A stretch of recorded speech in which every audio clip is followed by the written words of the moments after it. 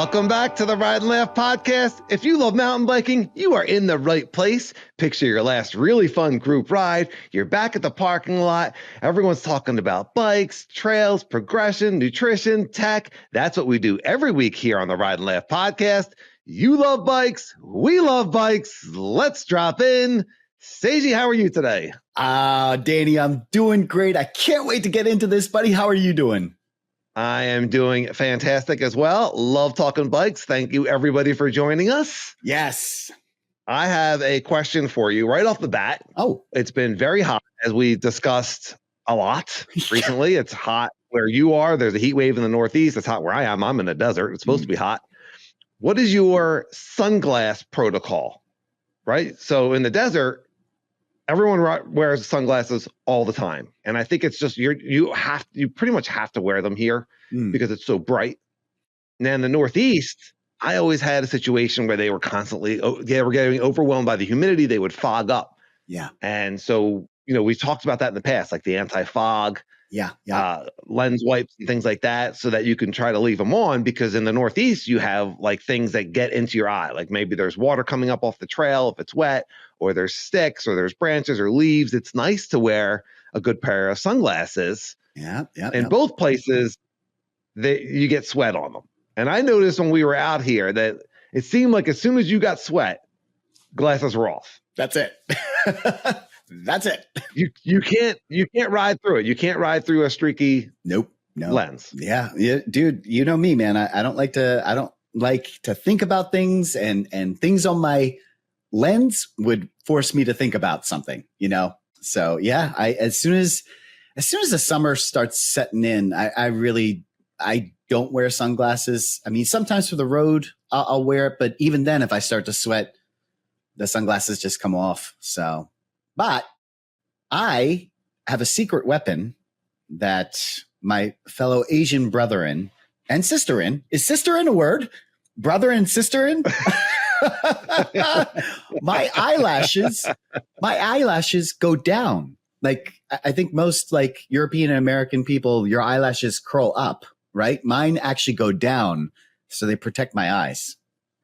Aha! So what I'm hearing here is mountain bike eyelash extensions. Mountain bike eyelash extensions.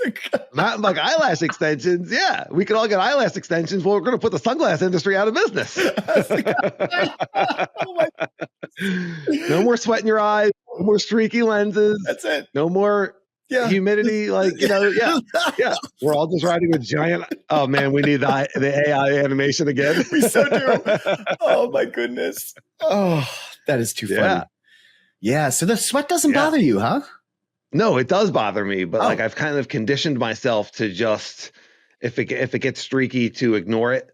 And I try as much as I can. If it gets really streaky, I will take off my glasses and wipe them as best I can. Some jerseys have like a nice little terry cloth section that's like for wiping the sunglasses.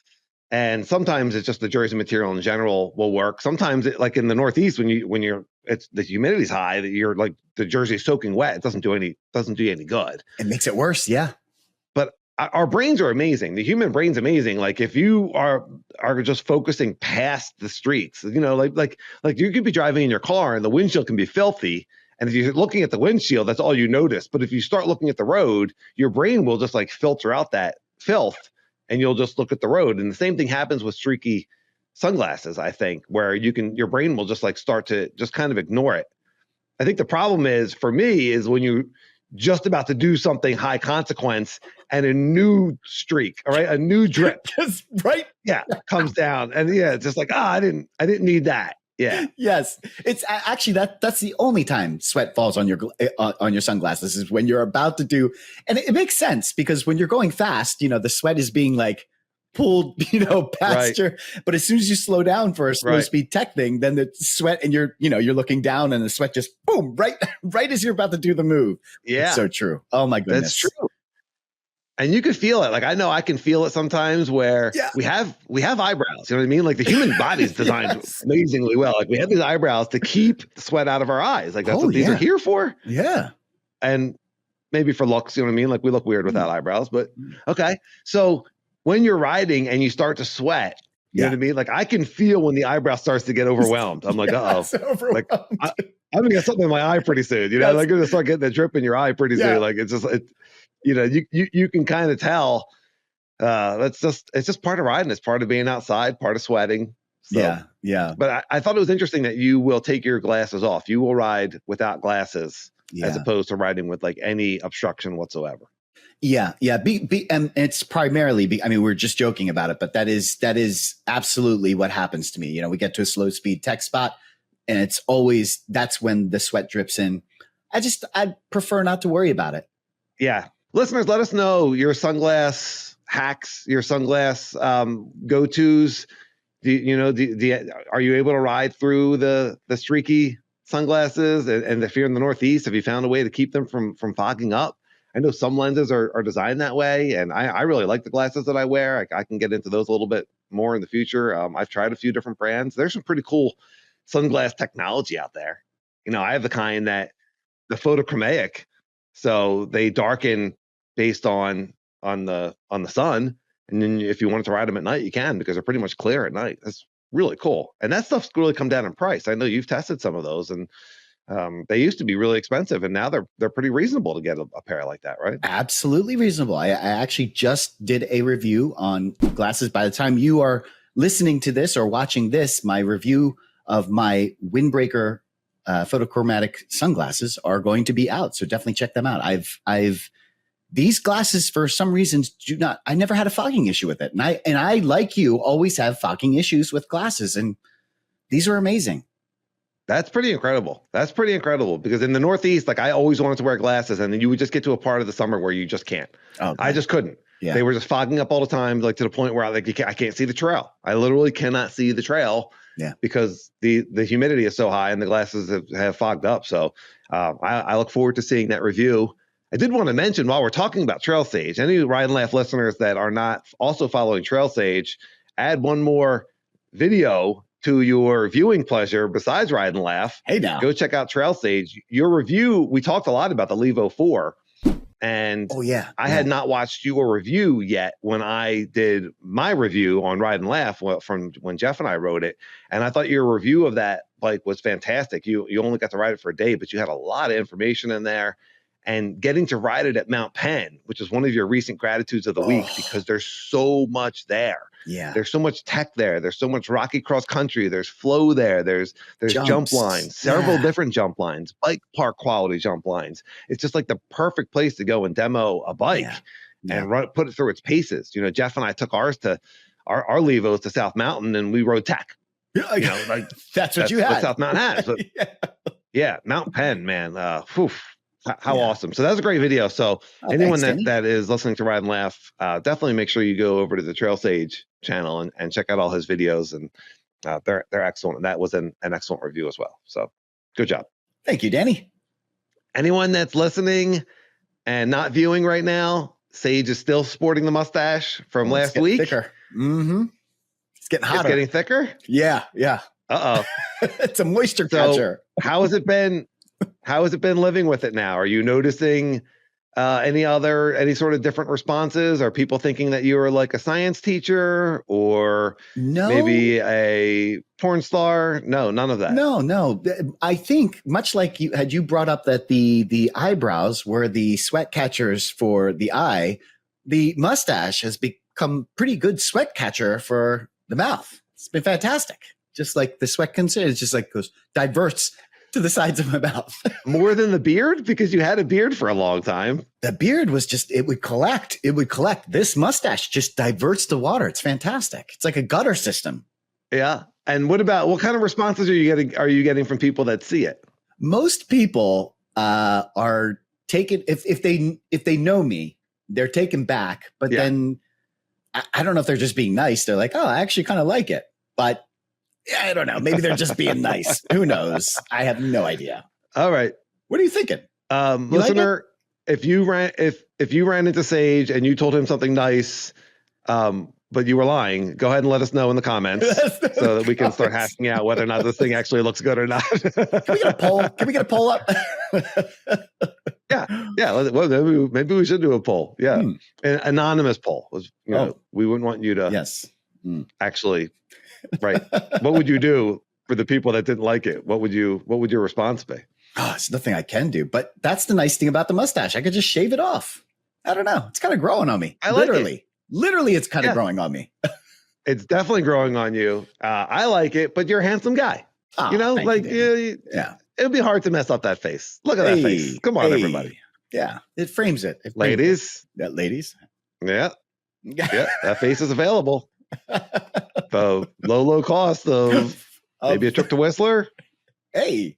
Which you don't get to go on. That'll be Sage and I going, but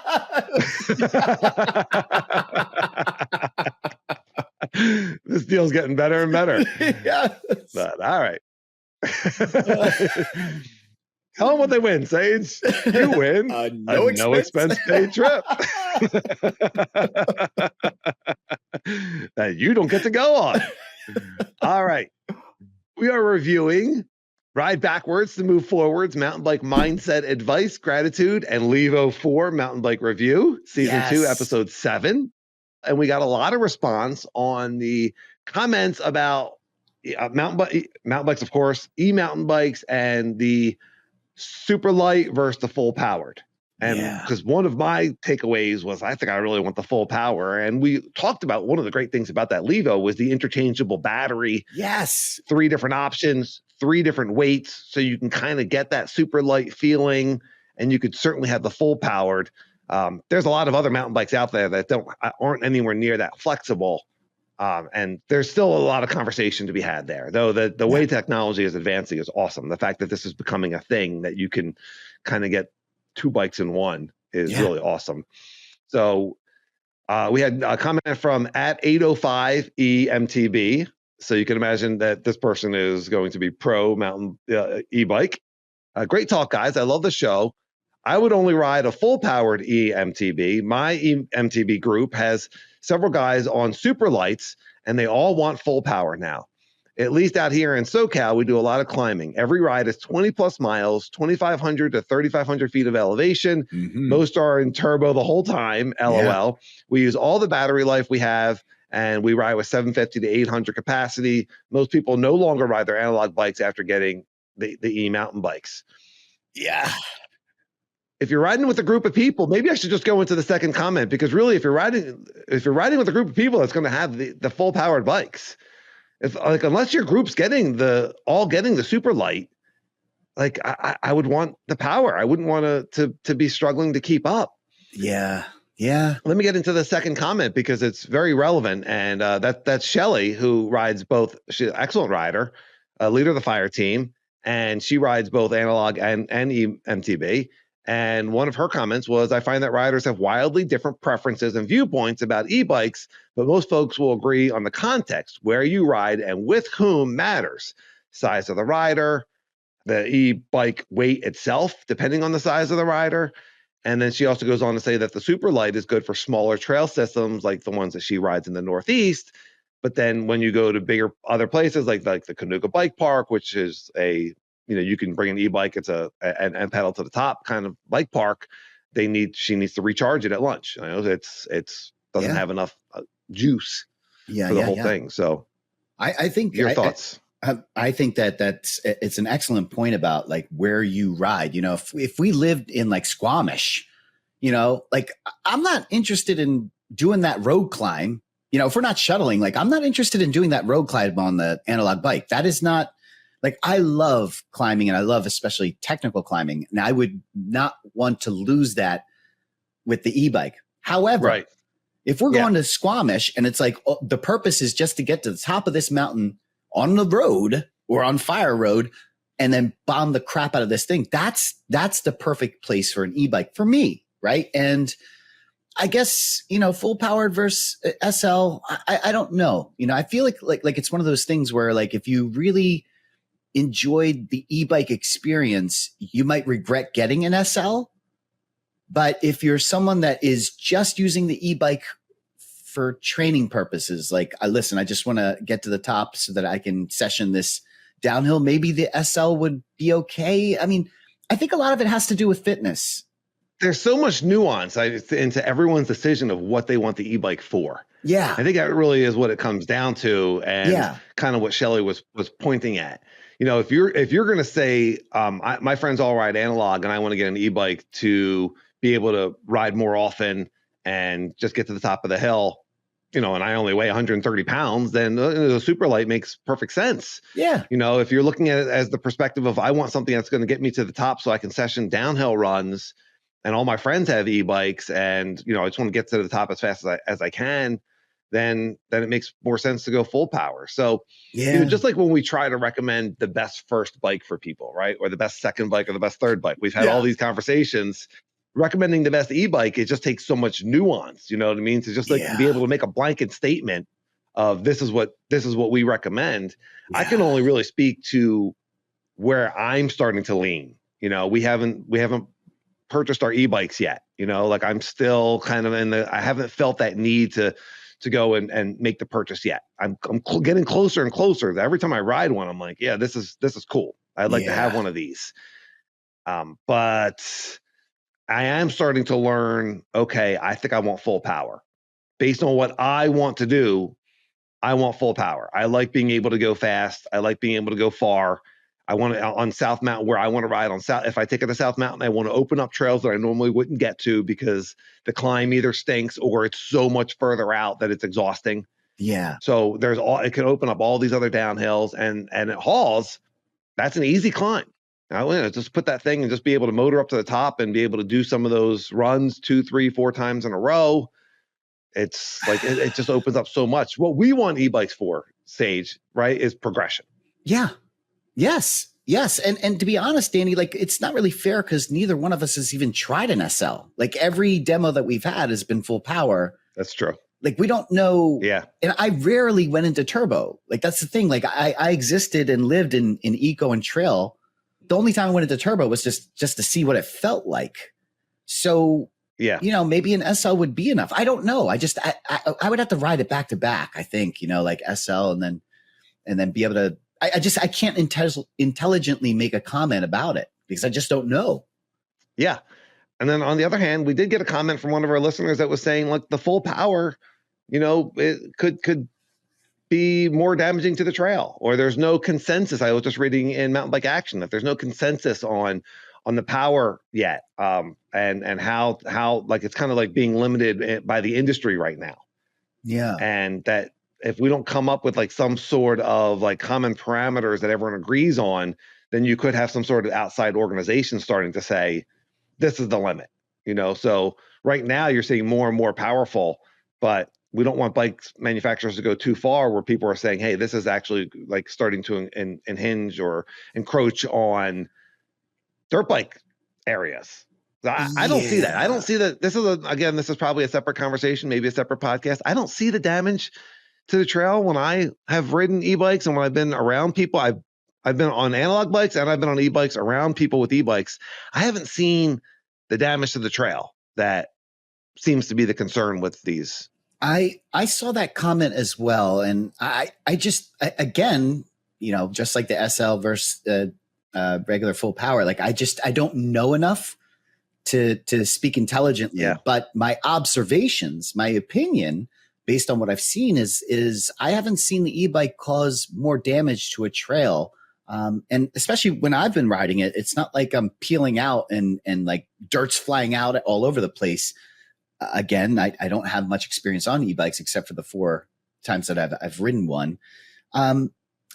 My personal feeling is like more people are damaging the trail when they like skid their brakes, you know, and just, you know, do burnouts, not burnouts, but you know what I'm saying? Like when they slide out their brakes or whatever, or, you know, or when they're rearranging the trail, you know, and adjusting and taking rocks out. And that to me damages the trail more. Or going around a mud puddle. Yeah. Like there's a lot of ways to damage a trail on a regular bike. Yeah. So I always go back to, is it the motor? Is it the weight of the bike or is it the motor? Because you can have a 55-pound e-bike, but you can easily have a rider at 120 pounds and a rider at 200 pounds. And you're going to say like the bigger rider is going to create more damage. And I just don't see the wheels on these things. Like you said, spinning things out. I don't see them roosting it's pedal assist. It's not a throttle. So I don't see them roosting dirt up in the air and destroying trails in that sense. I'm also riding in the desert. Like, these trails are pretty tough. Yeah. I think that's the misconception, right? I think that's what people that don't know e-bikes, right? I think that's what they think of, like in their brain. It's like immediately they think of like, just like there's a like a motorcycle throttle and they're just like, and it's like throwing up dirt out. And this is not how it works. At least that's not how I've seen e-bikes work. Now they do have throttle, no pedal assist e-bikes out there. They exist, like the Surons, and they are, I could see that damaging a trail. Like I've seen, kids just it's basically a moto. That's more of a dirt bike. Right. And so if that's the case, then yes, absolutely. I agree. That those should have designated trails. You can't yes. You know what I'm saying? I'm going in circles. Well, I know Sedona does not allow e-bikes. I believe that Flagstaff does not allow e-bikes. And I know people ride their e-bikes anyway.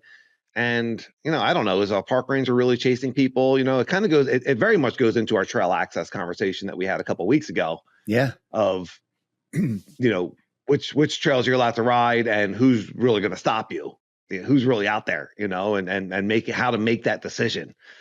And the e-bike, especially if you're primarily an e-biker, that adds a lot of complexity. Like, oh, I'm not really fit enough to do some of these rides in Sedona I want to do, but I have an e-bike. Yeah. And I ride an e-bike all the time and I love e-biking, but I'm not allowed to take it there. So then the conversation goes from, do we want to ride Sedona to, can I get away with bringing this bike? And then you're like, in the back of my mind, I would always know that I'm doing something that I'm not supposed to do. I wouldn't be comfortable with it. I watched a video from our buddy Denny Genetti, and he made an argument that it was something along the lines of like studies and people doing studies and people making assumptions and blah, blah, blah. And his point was, if you think about like how new mountain biking is, it's really only like 20 years old, if that, like when it got popular. And so there aren't really that many studies, like legitimate studies done by nonpartisan groups on bikes, e-bikes, the different tires, like there's just not enough out there, and so the studies that do exist are often just people just postulating or just like, or they're from a group that has no idea what they're talking about, or, just making assumptions, and it's like, well, I've seen one person and and that one person doesn't make the group. Like, just because you saw one e-biker, do something terrible doesn't mean that all e-bikers are terrible, and it's like, I thought that was an interesting point that Dennis made, is like, we need to have more people out there doing actual studies, with big groups, and that it doesn't exist because it's such a new sport, Yeah, no, that's spot on. That's a really good point by Dennis. I'm not surprised. He's a smart guy. That's very insightful. Yeah. As you were saying that, I just started to think like, we really don't know why they are banning e-bikes in certain trail systems, right? We just saw the post from Sterling in New York, where apparently signs just popped up that no e-bikes, right? And people were like, whoa, like I've been e-biking there all the time. Yeah. And we really don't know why. I guess I was kind of assuming that it was environmental, but now that I'm thinking about it, it's like a place like Sedona or Flagstaff, where like they have a big mountain bike culture, but they also have a huge hiking culture.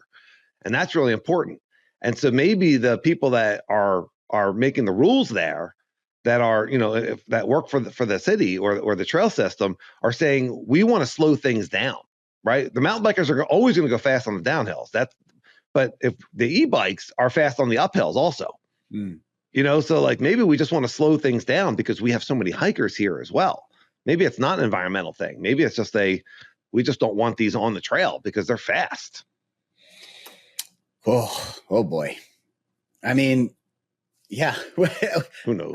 Yeah, who knows? I mean, I would love to get a land manager or, someone from the parks department to be able to comment on this stuff, and I'd love to talk to trail builders, and it's just so, it's fascinating to me. It really is fascinating, but it could also end up being a very frustrating conversation. It would be hard to stay neutral. Yeah. Would you keep the mustache? I think you need to keep the mustache for the conversation to make you look official. Yeah. Oh, this mustache like makes me look like official. Don't you think? It has like a very like cop vibe to it. Yeah, absolutely. Yeah, absolutely. I think you would want to like really kind of want to enhance the whole look. Maybe we can get you a whole cop outfit. I'll wear the cowboy outfit. Yeah. We got a YMCA good thing going. They'll take us real seriously. Oh boy.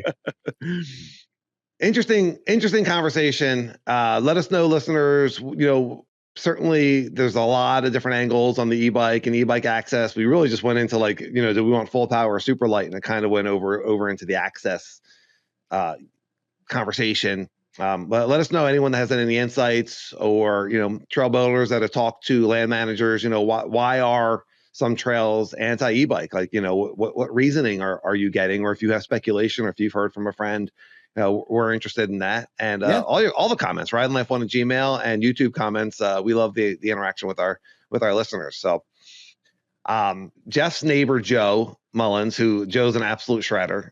He was on a little vacation with his family. He was going to be near Sunrise Bike Park. He said to Jeff and I, "Why don't you guys come up for today? I'll meet you there." And so a day started to develop where Jeff and I were going to drive up to Sunrise and meet Joe. And I shot a text to Arturo. And so we all met for a day at Sunrise Bike Park. And this time I knew what to expect. I knew that it's not groomed. It's not flowy.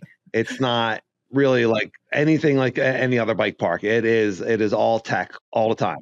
So we get up there, and I just had assumed that it would have rained since then. I just assumed that it rained. Apparently it has not rained since then, which is crazy, because I mean, here in the desert, like in the valley, it doesn't rain very often, but that Sunrise, like if you're looking on the YouTube, Sunrise is like totally in the woods. It's totally in the mountains, but it didn't rain, and there was a race, an enduro race the day before on a lot of the good trails that we were riding. So the trails were just like really beat up. And so we start following each other and quickly learn that the dust, it's like 3-4 inches deep in some spots. Yeah. It is so deep that as soon as the guy in front of you started riding, it was just like a mist covering the entire trail. You just couldn't see anything. Yeah. So what ended up happening was we all had to give each other an enormous amount of space. And so you couldn't follow your buddy's line at all. Yeah. So we're all like, essentially we're all doing our own rides. Like you had to like pick your own line. And I know I washed out, my front tire washed out at least once or twice because of the dust, and it really got in my head. And I realized, as I'm looking at the subjects of our podcast, don't be that guy. Yeah. And I realized that like I got in my head about it, and I complained about the dust all freaking day long. And so to Jeff, Arturo, and Joe, I apologize. I was just like, I was that guy. I was totally that guy. I was just like complaining all the time. I wanted to follow Joe's line. I wanted to follow Arturo's line. Yeah. And I'm on my own, and Jeff's never been there. So the trails are really hard. They're really technical. Yeah. And I was just in my head, and the dust only made it harder. I mean, everything was just like so slidey. Yeah. So it took me a while to adjust. You saw the video. Like, could you tell from the video how dusty it was? Dude, that was insano. It's absolute. I have never experienced anything like that. I wouldn't even know what to do. I mean, I did see your video, and I did see you back off. You literally spoke into the camera. I don't know if that was for my benefit, but you're like, I got to back off. And I was like, yeah, you should back off. I'm like talking back to you as the video is playing. But yeah, that was insane. It was really, it was almost like a fog. It was that thick at times, where it's just like you would go into this like fog mist, and you like literally could not see your hand in front of you. That's how thick that dust was. And the worst part is when the sun comes in. So it's one thing to have dust, but then when you have sun come in and it reflects off of those dust particles, it becomes even more blinding. So it's like an extra, and then God only knows what you're inhaling, that whole time. Good Lord. Oh my gosh. Yeah. The taste of dirt was in my mouth for like a day and a half. I mean, it was crazy. Absolutely. And then the trail would like point down. Yeah. And unless you're in front, which I was never going in front because Arturo and Joe are just like incredibly fast. So if you're behind someone and that dust is kicked up and the trail points down and it's super narrow and super steep, all you can do is just like, okay, I'm just trusting that my bike's going to roll over everything in here because I can't see and you can't slow down. Yeah, I know. And it's pretty crazy. And your trail memory isn't the greatest. So no, it's not. It's not. Jesus. And it really got in my head. I was just like, anyone that listens to the podcast knows I'm a master of overthinking. And I was not able to really enjoy myself. We went to refill our water bottles a few runs in. I said to Jeff, I was like, I don't know if I'm going to keep going. I am not having fun. We went up and we did, there's a long pedal to get to the tip, very top of the mountain, which is also crazy that you go to a downhill park and then you take off your full face helmet and pedal up. You have to pedal. I was like, maybe an e-bike would make sense. You talked about like a super light e-bike at the bike park. Yes. You know? Yeah. Like at this bike park, you would be able to get to the top of that and do that run several times. But so, we're pedaling up to that thing and we get to, I think it's called Dirt Squirrel. And it's just a great trail. And we come up to the first feature and everyone just flows through it. And I'm just like, I'm not committing. You've seen me do this 100 times. Yeah. I come up to something and I'm just like, all of a sudden I'm scared. We did it. It happened in Sedona. In the ride we did on day 2 on Hogs. On that one feature, I just came in slow and I wasn't willing to let go of the brakes. It happened on the Hoodoo line where I wasn't willing to let go of the brakes. I wasn't willing to let the wheels keep on rolling. I talk about this on the podcast. Keep them rolling, commit, go for it. And so that fear response was just like grabbing me. And I was using the dust and the conditions as an excuse. And then once I started to not have fun, it really just kind of like started to snowball that like, I don't want to do this. I don't know if I want to do this. Yeah.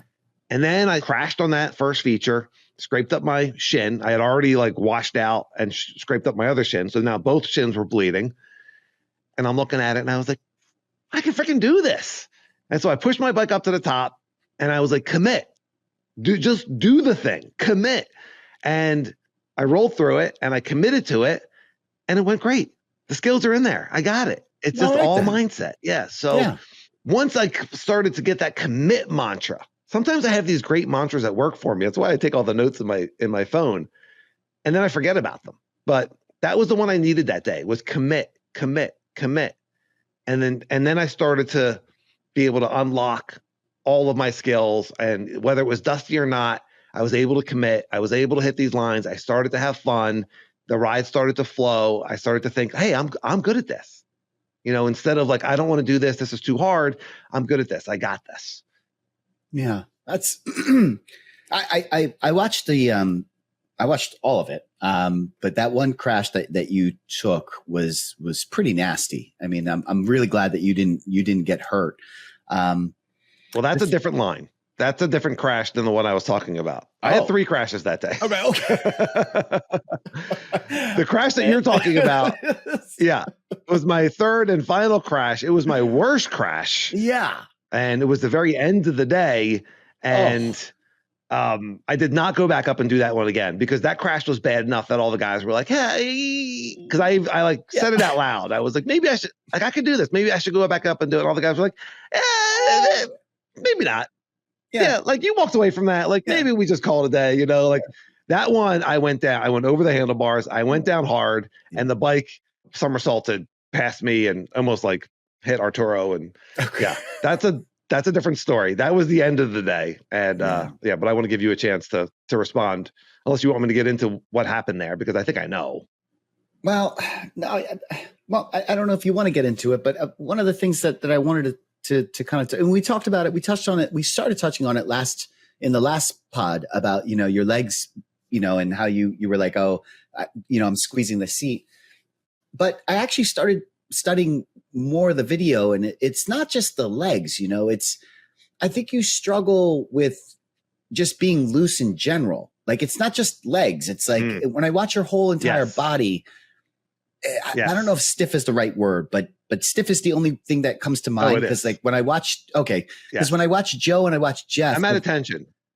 The commanding officer is in front of me, and I am at attention. I'm in riding position. I'm low. I'm in the riding position.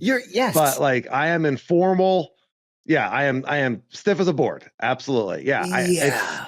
It's hard for me to lighten up, to be dynamic on the bike. I do struggle with that. So I'm curious on your feedback. Go ahead. So, but part of being stiff on the bike, I mean, not only does that prevent you from being able to move around. When we say dynamic, that's what we mean by dynamic. It means being able to move around. That the bike could be going one way and your body could be going another way. You're fluid. You're very fluid.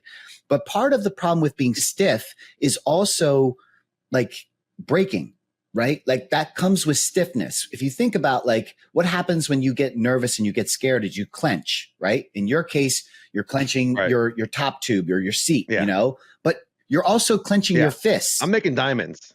By the end of the ride, I'm crapping out diamonds. I stick some coal up there before the ride. Oh yeah. The harder the ride, the wealthier I am by the end. People are dying to ride behind you. They're like, I'm going to ride behind Danny. This guy's spitting out diamonds. This dude's crapping diamonds. I'm spitting gold on the podcast and crapping diamonds on the trail. Here we go. Oh my God. That'll be my ride and laugh shirt. Be gold in the front, diamonds in the back. Mm-hmm. Well, part of that issue, and you talked about this a lot, is like your need to brake, you know, and that comes from being stiff. You know, if you think about when you get nervous, things tighten up, and one of your first things you do is you grip, and when you're gripping brake, obviously, right? So it's like all playing a part in just not letting you become loose, but it's not your fault because what I've also noticed. Whose fault is it? Tell me who I can blame. Who can we blame?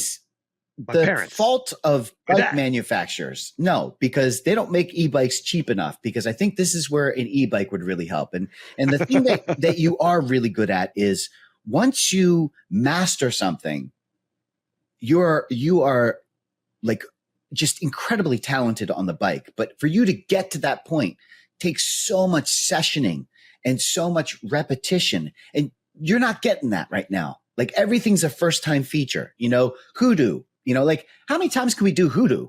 Once. That's it. You get one shot at hoodoo because that climb is just vicious, you know? So it's like, I just feel like if you had I do appreciate that take. I think it comes back down to trust. And when I'm trusting my skills and I'm letting the bike move underneath me, and sometimes that takes a conscious effort from me. And to your point, if the more you do that on the gnarly trails, the more you trust. You know, Jeff and I went down the Mormon Trail down to 24th Street, and we pretty much rode that blind or blind follow, and it's really chunky. And we did Holbert again, and it's really chunky. And that's sort of like, but I was able to relax into it and enjoy it and ride it more. And most of the day at sunrise, I was able to relax and let the bike move under me, and sometimes I even say to myself, let the bike eat. I got this like big, burly, awesome enduro bike. Like, let it eat. Let it just do its thing underneath, and don't have to pick lines so carefully sometimes. Like sometimes speed just kind of smooths out the trail. And I watch Jeff and I watch Arturo and I watch Joe, and they're flowing through this tech at speed, and the trail's like magically smooth when they're doing that. But they're also dynamic on the bike. You're proving my point. And I think when I come up to the high consequence, I think it's when I'm absolutely making your point. But when I come up to the high consequence feature, or the one that, and I'm not just flowing into it, I tighten up. And that's when I relax, I can do anything. When I'm tight, there's almost a like 0% chance that I'm going to be successful. Yeah, you absolutely. Listener, let us know if you suffer from this at all. Yeah. You all the things that you mentioned that you're really good at, that you've gotten better at, are things that you've been able to ride more than once. You know, that you've been able to session. Maybe it's not more than once in one day, but like over time, you've gotten a few goes at something.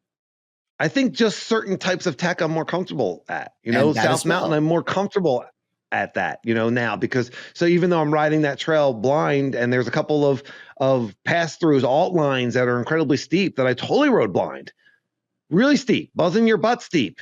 Yeah. I got it. I was flowing. I was trusting.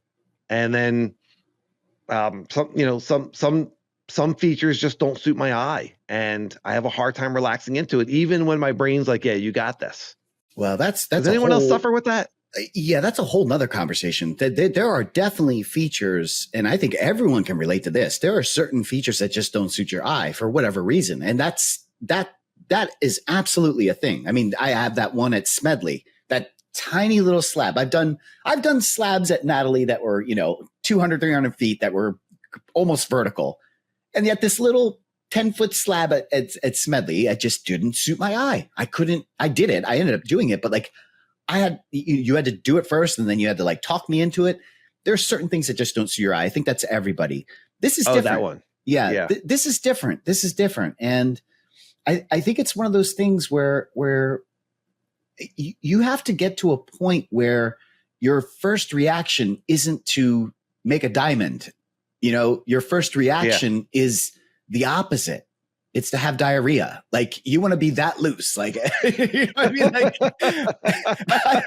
I was wondering where that was going to go. I was like, what is the opposite of clenching so hard that I make a diamond? So now, either way, I'm crapping on the trail. That's what you're saying.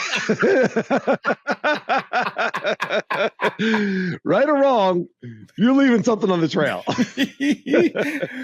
Yeah, but you get my point, though. It's like, that's where we need to get to, is that your first reaction is to get loose, not get tight. And that's going to be tough. That's going to be tough. I don't know if I have the answer. I don't, because I don't experience that, like my first reaction when I get to something new, and the reason why that I'm able to ride blind trails so fast is I actually get more aggressive.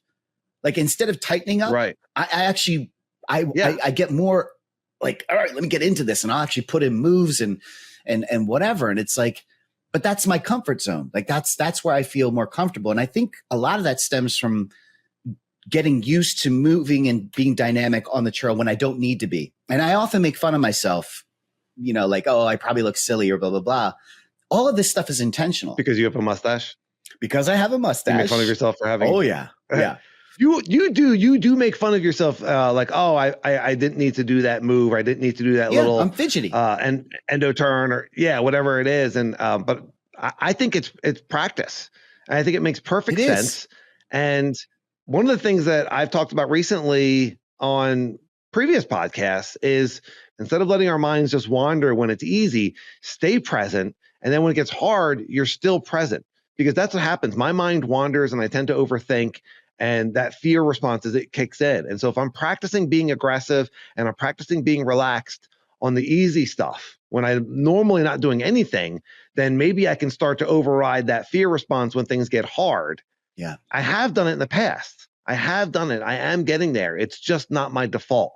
My default when I'm not grounded is still to go back in fear. And as soon as I saw that dust and that the conditions weren't what I wanted, and I couldn't see and I couldn't follow the guys in front of me, I really wanted to be able to follow their lines. As soon as I saw that, then the overthinking started to kick in. This isn't what I wanted, right? But that was what was there.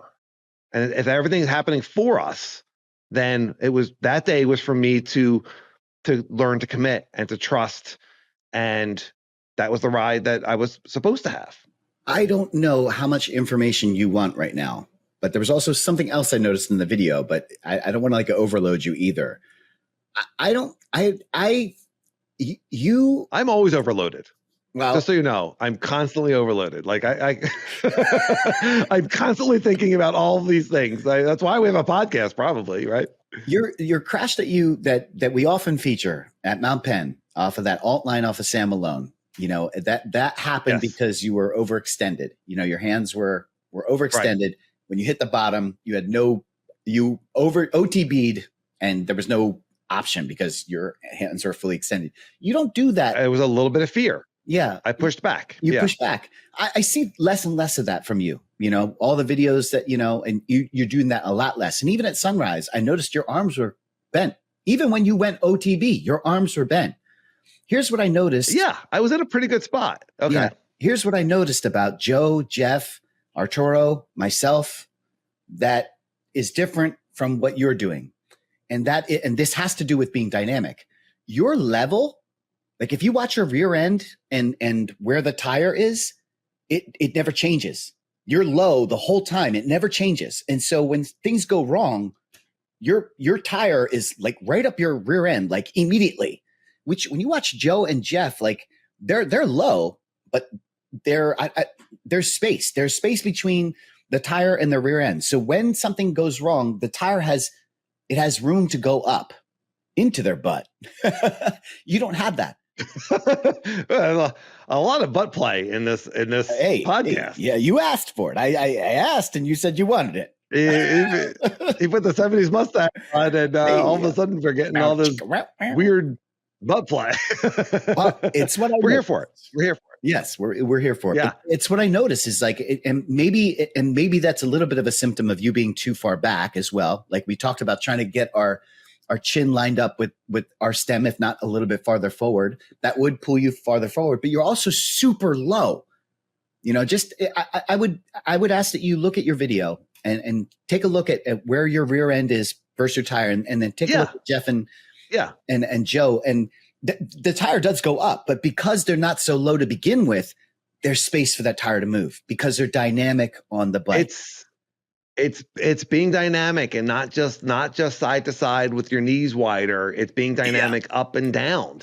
Yeah. You know, and so like I'm very much someone like give me instruction and I'll follow the instruction. Okay, the instruction is to get low on your bike and stay low. All right, that's what I'm doing. And so it's not fluid, and that can take you very far. If you're new to mountain biking, if you're intermediate, if you're starting to approach that expert level and you're starting to get into some double blacks, getting low is great advice. Absolutely. But the next level up is that dynamic, is having the trust to lean forward when things get scary. That I got this. I know how to do this. And that's what I felt. I was doing that all day at Sunrise. And even when it was too dusty, that second half of that ride, when I started to commit, I had so many times where I was like, wow, this is really steep. This is really loose. And I got it. And it felt smooth. And I committed. And it felt really good. And I went into that feature where I crashed, that last feature where I crashed. That was the last feature of the day, really. And I was going to commit to it. And really, I took the wrong line. And so my front wheel really got caught and just stopped. And I'm giving myself grace because I was really upset that I crashed. But at the same, and I crashed a few times that day. I went home bloody. You know, I had to take the painful shower. I had to wrap my legs in bandages so I didn't get blood on the sheets. You know, I had to tell my wife before I got home, like I got some new scratches. You know, the whole thing, right? The walk of shame coming in the garage and you're all bloody. It's a little bit part of the sport, but certainly something that we want to avoid. And there's always something to learn. You know, what is here for me? And so being able to say, okay, be dynamic, be looser, you know, and just kind of reinforcing some of those things. It's helpful. And I hope that it helps everyone that's listening. Listener, if you find yourself stiff or if you find yourself locked into a technique that can only take you so far, let us know. Ride and Laugh 1 at Gmail, YouTube comments, or just on your way to the trail today. Stay loose. Trust your skills. Yeah. Lean forward into it. We're doing all the crashing so that you don't have to. You're welcome. Yes. Yes, you're welcome. Maybe that's a Ride and Laugh shirt, right? It just says, you're welcome. You're welcome. And then it has a picture of us in the background on the back of the shirt, like all banged up. We're crashing so that you don't have to. Yes. Right. This is basically, not only is it a charity because podcasts are free, it's also a charity because we're crashing so that you don't have to. That's right. Please. We're making diamonds. Absolutely. Yes. Yes. Yes. Oh, and if you happen to make a diamond and you want to give us a super thanks, that's great. Hey, if you're a diamond, I mean, let me tell you, I was so stiff on that fall that as I was ejected from the bike and was flipping over backwards, essentially, or flipping over forward over the bike, diamonds are flying out of my butt. It was a rainbow of diamonds. It was beautiful. It's amazing. Meanwhile, poor Arturo came up to record me. Thank you so much. He's so good at getting up and getting the camera out and everything like that. And he's like dodging my bike. Like my bike came at him at like 95 miles per hour. You know? Yeah. I was more worried about him afterwards. He's like, "Are you okay?" And I was like, "Are you okay?" Yeah. Actually, I wasn't. I was just like, "Holy crap!"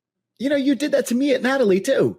And you were like, why didn't you try and stop me? As you're like rolling down the down the face of the mountain. I didn't expect you to stop me. No. I moved but out the I did way. I almost let the crush you. tree. Yeah.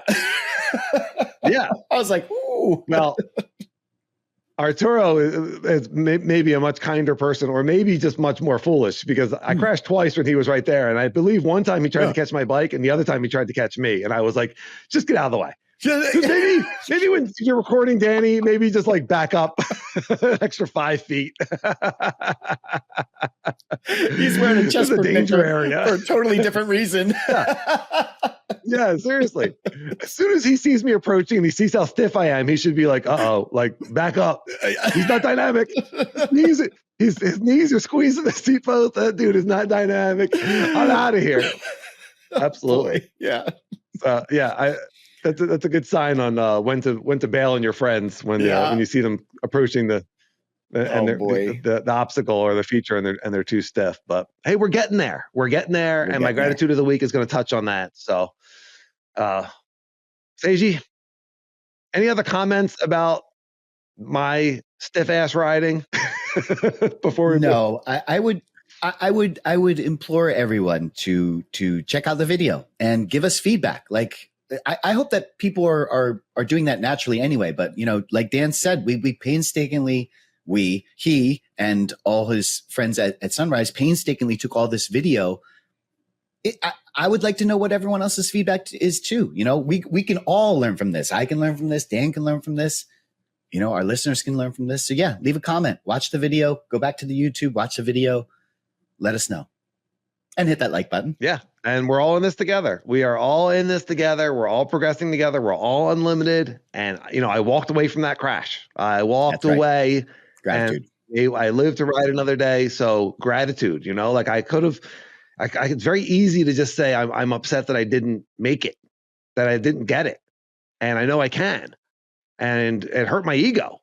But the fact that I just was able to just walk away from that, like totally fine.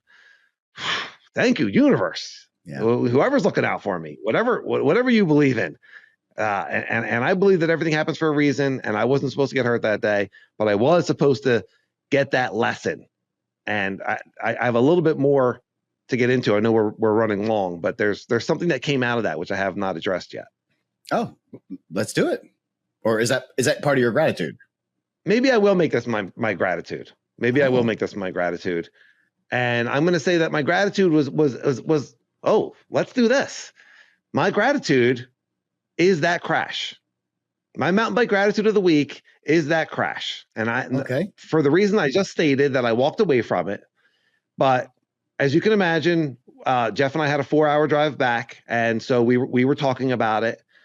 And you and I have talked many times about our kind of the way that we structure our year, and that we like to take 2 weeks off of the bike, 2 weeks to let our bodies recover, not riding, 2 weeks to let our minds recover, 2 weeks to sleep in a little bit, 2 weeks of not planning a ride, 2 weeks of just relaxing, kind of being able to reset. And let me tell you, I got out of here to Arizona and I was like, I don't know if I'm taking any time off, because it is sunny and beautiful here all the time. And if you want to ride when it's hot, you just get up earlier. And as we're driving back, I was like, I mentioned this earlier in the podcast. I didn't feel like I was riding great leading up to Sunrise. At Sunrise, I certainly struggled. I almost didn't have fun.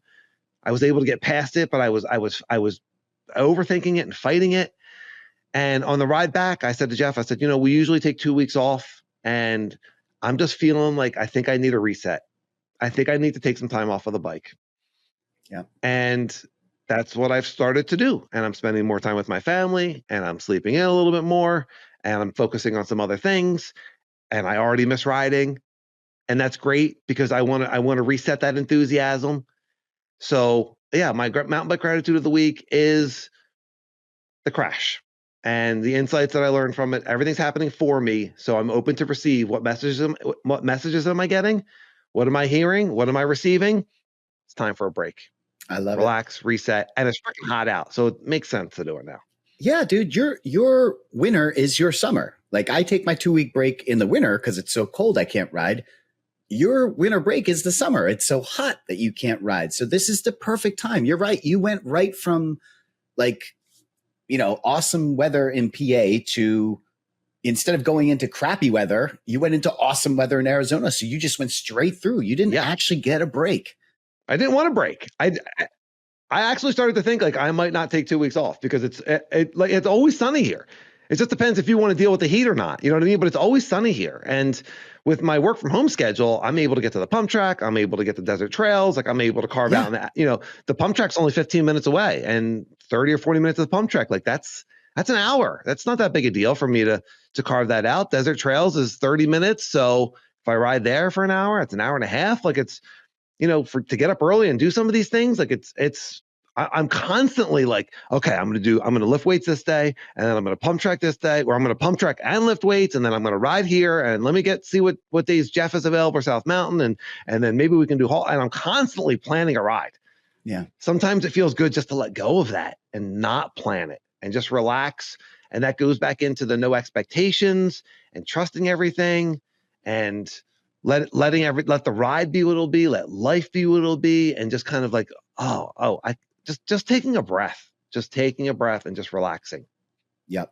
I'm glad that you are going to do it and you didn't have to get really hurt to realize that you had to do it. I mean, taking the break. So, fantastic. That leads perfectly into my gratitude, which my gratitude happens to be my road bike, which I realize is a mountain bike podcast, but the road bike is how I train. That is my trainer. And the reason why the road bike is my gratitude this week is, as you know, it's been ridiculously hot, but the other part of it is it's rained every single day. At least once a day it's rained. And these trails are not drying out. It's so humid that the trails aren't drying out. This road bike has saved me in terms of fitness, So when I do come back to the mountain bike, I'm ready to go and I'm super fit. This road bike gets a ton of abuse. I ride it obviously in all different conditions. I put fenders on it the other day because it just finished raining and I'm like, I need to get out there. This bike is I treat it like absolute dirt because I don't really enjoy road biking, but it is my training tool. I do. I'm like, I curse at it. I look at it. I make fun of it. I'm just like, oh, you stupid little bike, but like, still gratitude to that bike, that without that bike, I would not be nearly as fit as I think I am. So thank you, road bike. I love it. I love that you're finding something to appreciate. That's what we talk about all the time, and staying centered on the bike and in life is looking for that better thought, finding something to appreciate. So instead of lamenting the weather and the rain, which I'm sure you are, but just like, okay, but I have this ability to still get out and still train and use my body and feel good and feel fit. And so that I'm going to be ready when the trails dry out again. Yeah. And it's not your favorite thing to do. Riding an indoor trainer certainly isn't my favorite thing to do. We want to get out, we want to ride fun trails, but sometimes, and look, you're getting a little bit of that mental break from some of the more challenging mountain bike rides that you do. So, there's also that aspect of it. It's like, okay, this is the only option right now, and I'm going to embrace it.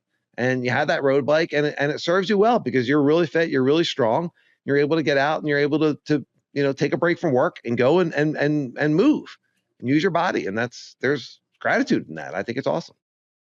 Mountain bike tip.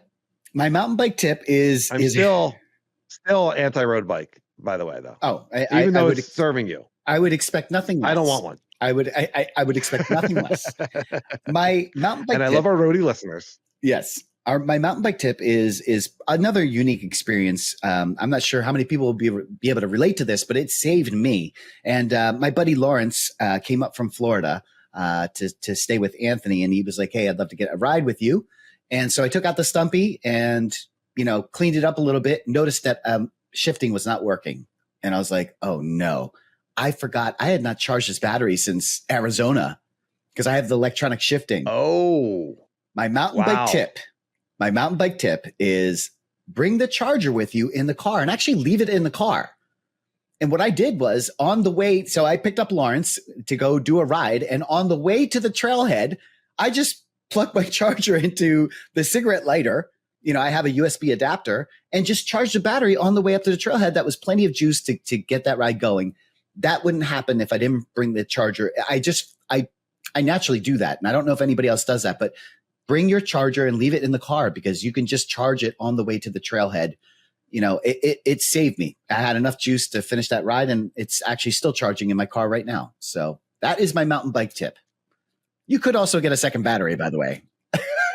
You could get a second battery. You could have another charger. And certainly that works well. You have a little bit of a longer drive to Mount Penn, if that's where you went. So, you know, if you only have a 20-minute drive, I'm curious, Ride and Laugh One at Gmail and YouTube comments, you know, with all the access, I think a lot of people have batteries that they're charging now, whether for shifting or drop or post, or I guess that's it, right? They're not using it for brakes yet, but a lot of people have these batteries. What is the protocol? How are you remembering to charge them? My bike here in Arizona doesn't have access, but my bike in Pennsylvania does. I miss my bike in Pennsylvania. I need to get back on there.